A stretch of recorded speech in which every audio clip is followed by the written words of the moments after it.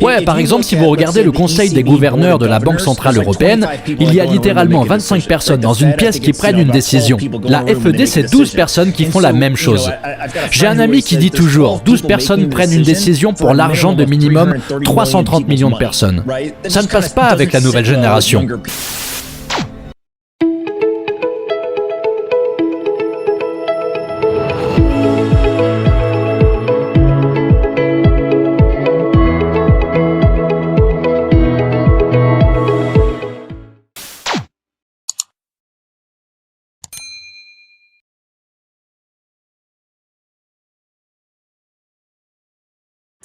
Disons que j'ai 200 000 $ à investir.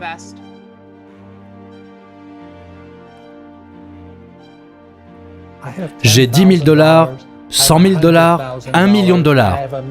Que devrais-je en faire?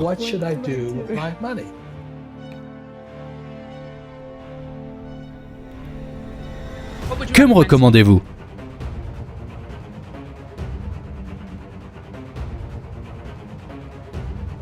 Je dirais étudier. Il y a des avantages dans l'argent, l'or et le Bitcoin. Et vous devez connaître ces avantages ainsi que les inconvénients. Ça ne coûte rien d'étudier, mais c'est la chose la plus importante à faire. C'est pour ça que je recommande d'écouter Stansberry. Je suis très optimiste par rapport à l'argent, car c'est abordable aujourd'hui. Il est à 25 $, 50% de moins que son prix le plus haut, et ça n'a pas bougé. C'est pour ça que j'en achèterai. Mais ça ne veut pas dire que vous devez obligatoirement le faire. Si vous aviez les 200 000 $, et je sais que vous les avez, votre plus gros investissement serait l'argent parmi les trois? J'ai déjà des possessions. J'ai acheté du Bitcoin quand son prix était bas. Mais j'ai dû comprendre son fonctionnement avant d'en acheter. J'ai acheté ma première pièce d'or en 1972 à Hong Kong, chez Kruger Rand.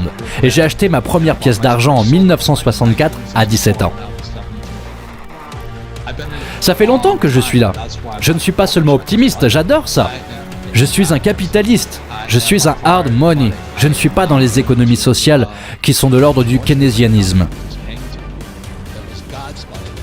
Il y a l'argent de Dieu, l'or et l'argent des hommes, le Bitcoin ou les crypto-monnaies. Et je pense que c'est important, surtout pour les gars comme moi, de comprendre le monde des cryptos, car c'est un monde qui vient à nous aujourd'hui. Et les gars comme nous, dans l'or et l'immobilier, sommes de plus en plus éliminés. Aujourd'hui, il y a cette bataille entre les vieux et les jeunes. Les vieux se retrouvent dépassés. Buffett, par exemple, est anti-or et anti-crypto. Et je me dis, sérieux, comment tu peux être anti quelque chose?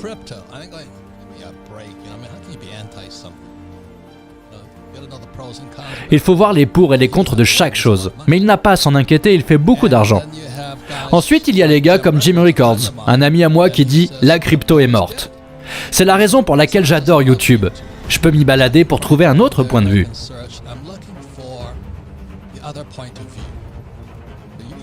Vous, les jeunes, vous êtes tellement intelligents.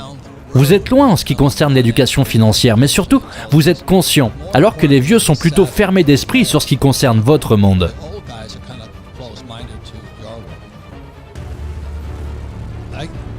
Vous devriez jeter un coup d'œil au monde des cryptos, même si vous êtes fermé d'esprit comme ces vieux gars. Je pense que quand vous commencez à vous intéresser au marché financier, surtout au point de vue macroéconomique, il y a des problèmes et des solutions. Et ce qui finit par se passer, c'est que ceux qui investissent dans les métaux précieux et ceux qui investissent dans les crypto-monnaies se mettent d'accord sur la plupart des problèmes. Il n'a pas de secret. Si tu imprimes beaucoup d'argent, cette monnaie sera dévaluée. Il y a une grosse dette de la société, le bilan de la FED est hors de contrôle. Généralement, nous sommes tous d'accord là-dessus, donc je ne vais pas m'éterniser là-dessus. La question est que faire? Et je pense que quand on s'accorde sur des solutions, c'est cette idée de monnaie saine. Que ce soit l'or, l'argent ou le Bitcoin, ils ont tous divers aspects de monnaie saine. Donc là, on se dit que l'or a 5000 ans au compteur et le Bitcoin seulement 11. Alors oui, forcément, il va y avoir une hésitation quand on va parler du Bitcoin. Alors je dis aux gens, regardez, l'avantage du Bitcoin, le plus important, c'est sa transparence complète et sa traçabilité. Vous savez exactement combien il existe de Bitcoin, combien on en produit chaque jour. Vous connaissez l'équation de l'offre et de la demande, et c'est sûr à 100%.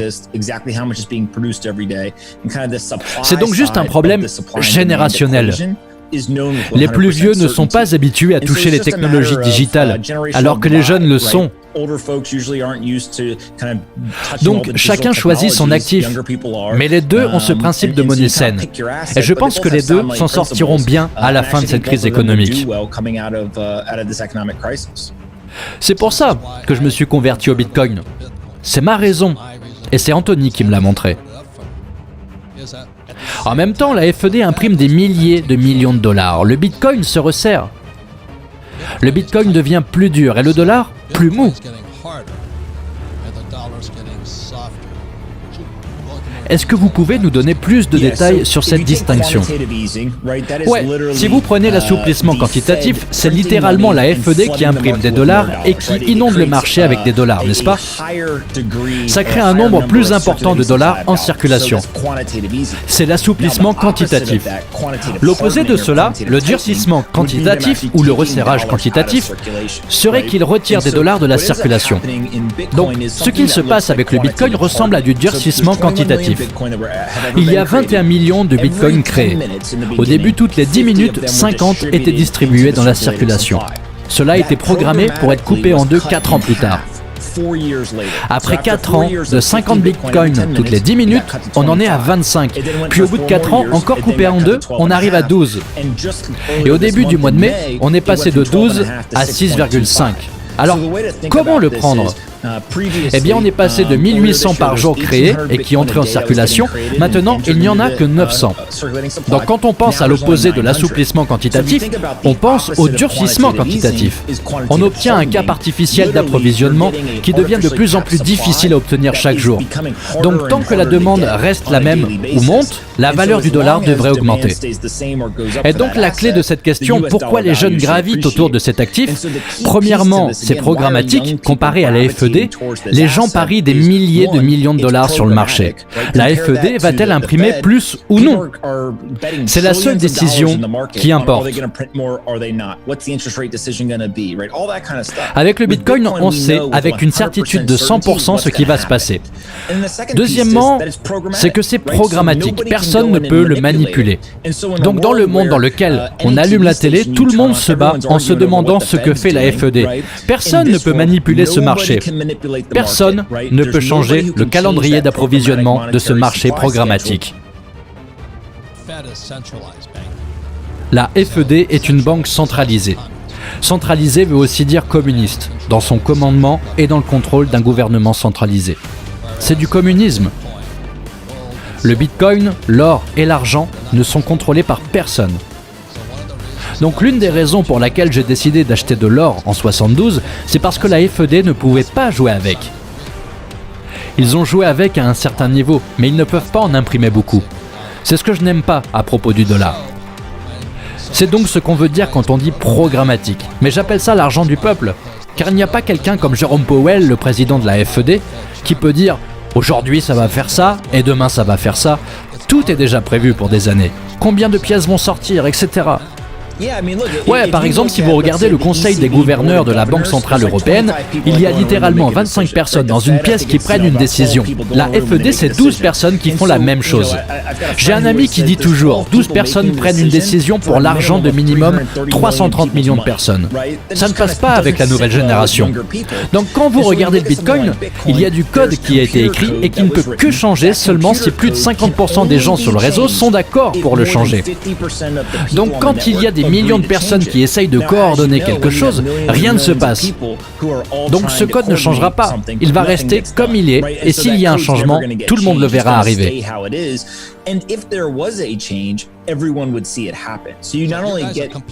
C'est complètement décentralisé. Le système des vieux est centralisé par des vieux qui contrôlent et qui obtiennent du cash, n'est-ce pas? Oui, et une façon de voir la chose est que le dollar américain est une monnaie souveraine. C'est contrôlé par une nation. Chaque nation a sa propre monnaie qu'il manipule à leur guise. On le voit à travers le monde. Tout le monde manipule sa monnaie. Le Bitcoin est la séparation de l'État et de l'argent. C'est la première fois que l'on voit une monnaie plus à l'écart encore que l'or. D'un coup, aucun pays ne peut manipuler la politique monétaire. Donc ce qui va se passer, je pense, c'est que toutes les monnaies seront digitales. Un dollar digital, un euro digital, un yen digital, etc. Donc la technologie sera la même partout. La compétition sera au niveau de la politique monétaire. Et je pense personnellement que la séparation de l'État et de l'argent sera considérée comme de la politique monétaire supérieure. Comme l'or qui pendant des décennies a été considéré comme la plus grande réserve de valeur grâce à ce principe de monnaie saine. C'est vrai, et nous allons prendre une pause, mais il y a plein de choses encore à comprendre. Quand les États-Unis vont-ils sortir un dollar digital ? Telle est la question.